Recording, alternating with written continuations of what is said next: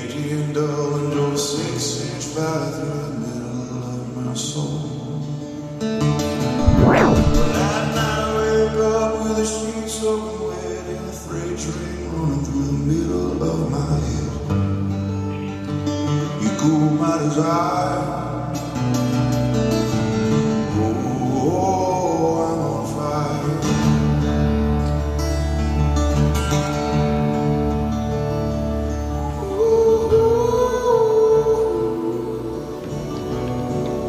Well, I think it certainly was. There was a lot of discussion before we went just how certainly we represented all of mankind. The plaque that we left on the surface of the moon indicated that here men from the planet Earth first set foot upon the moon. We came in peace for all mankind.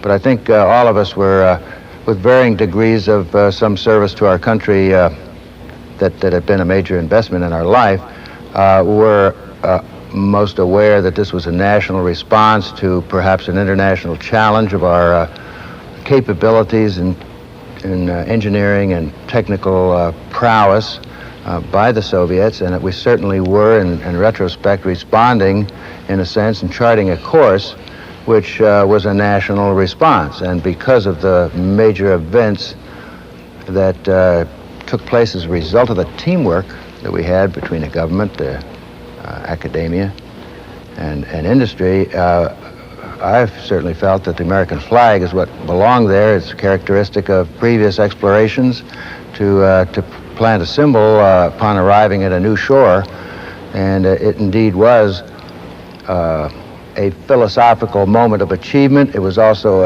a technical challenge, as we found that the flag didn't exactly perform as we put it together, and it didn't stick in the ground exactly the way we thought it would. There was no breeze to wave it, so we had to maybe artificially create a little breeze. Maybe artificially create a little breeze.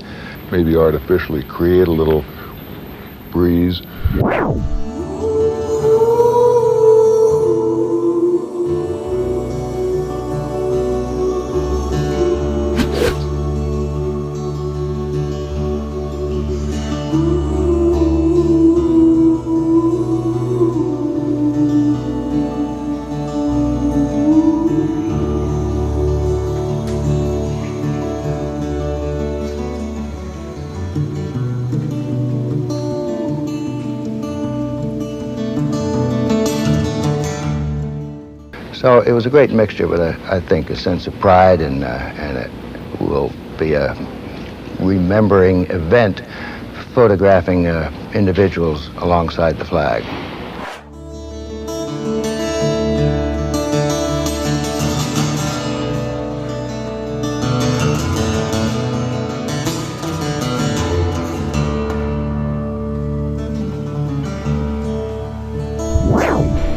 Hey, little girl, is your daddy home? Did he go and leave you all alone again? I've got a bad desire. Of course, it so happened that environmental awareness increased during the same period in history that space travel evolved. Of course, it so happened that environmental awareness increased during the same period in history that space travel evolved, and there have been various efforts to correlate those two events. Certainly, the views from space have given all of humanity an increased appreciation and awareness of this planet. The Earth does appear fragile from space. Part of it is simply it's so small. It's about the size of your thumbnail if you hold your arm out at full length, and it, of course, is absolutely spherical. Atmosphere is not apparent. It shines, it bounces the sunlight very well. So you have this very small, very shiny spherical object, and somehow it just appears to me, at least, extremely fragile. That would be the one most fundamental quality that it projects, is one of fragility. I don't know why, but it does. I think it's nice to imagine that voyagers going out to land on another object would reflect back during the mission on how fragile the Earth was. I have to be honest with you. I was particularly concerned about what we were doing. It was a narrow corridor of that fragile body in the atmosphere that we had to aim for, and that would enable us to get back. I think after the fact, reflecting back, certainly technology and the advanced nature of society in using resources has caused us to become more sensitive, more concerned about our environment, because we're using things, materials, resources that tend to damage that. But I think the advancement of technology, as evidenced by the space program, holds with it also the keys to better monitoring of the rate of dangerous approach to any condition that is endangering our environment. And I think also it may be that space provides the means of alternate energy sources, or at least projecting energy from space back to the Earth, if indeed the production of energy right now through fossil fuels or through some other means, including nuclear generation, wants us to move away more from Earth in the production of energy. So I think the advancing technology, as evidenced by the space program, is evidence of our cause of concern about the atmosphere, but it also is our approach to the answers and the solutions of our environmental problems. And the solutions of our environmental problems.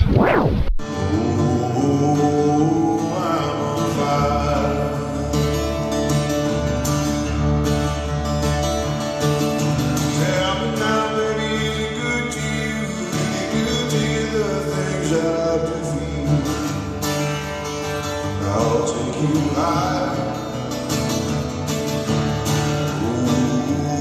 Ooh, I'm on fire. Sometimes it's like someone took a minute. Maybe you know the joystick sinks right into the middle of my soul. When I'm not awake on these sheets of the bed, rectangle in the middle of my head. In the wake of a shocking new climate report that was released this week, warnings of dire consequences for humanity in it. Warnings of dire consequences for humanity in it. More than 1,000 scientists protested around the world today, including a top climate scientist at NASA. Yeah, Peter Kalamas was arrested this week for civil disobedience after chaining himself to a Chase Bank entrance in Los Angeles.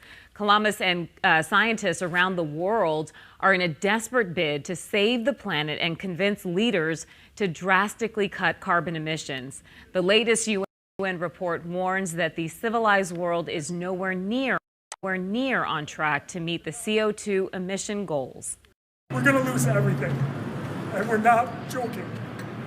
We're not lying. We're not exaggerating. This is so bad, everyone. We're not lying. We're not exaggerating. This is so bad, everyone. That we're willing to take this risk. I ain't gonna